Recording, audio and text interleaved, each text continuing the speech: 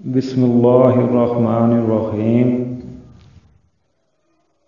بے پردہ لڑکی کی مثال گلاب کے پھول کی طرح ہے اور پردے دار لڑکی کی مثال ایک بند کلی کی طرح ہوتی ہے۔ ہر انسان کی فطرت ہے کہ وہ پھول کی کلی کو نہیں توڑتا بلکہ پھول کو توڑتا ہے، پھر سونگھتا ہے اور تھوڑی دیر کے بعد جب دل بھر جاتا ہے تو مسل کے یا توڑ کر پھینک دیتا ہے۔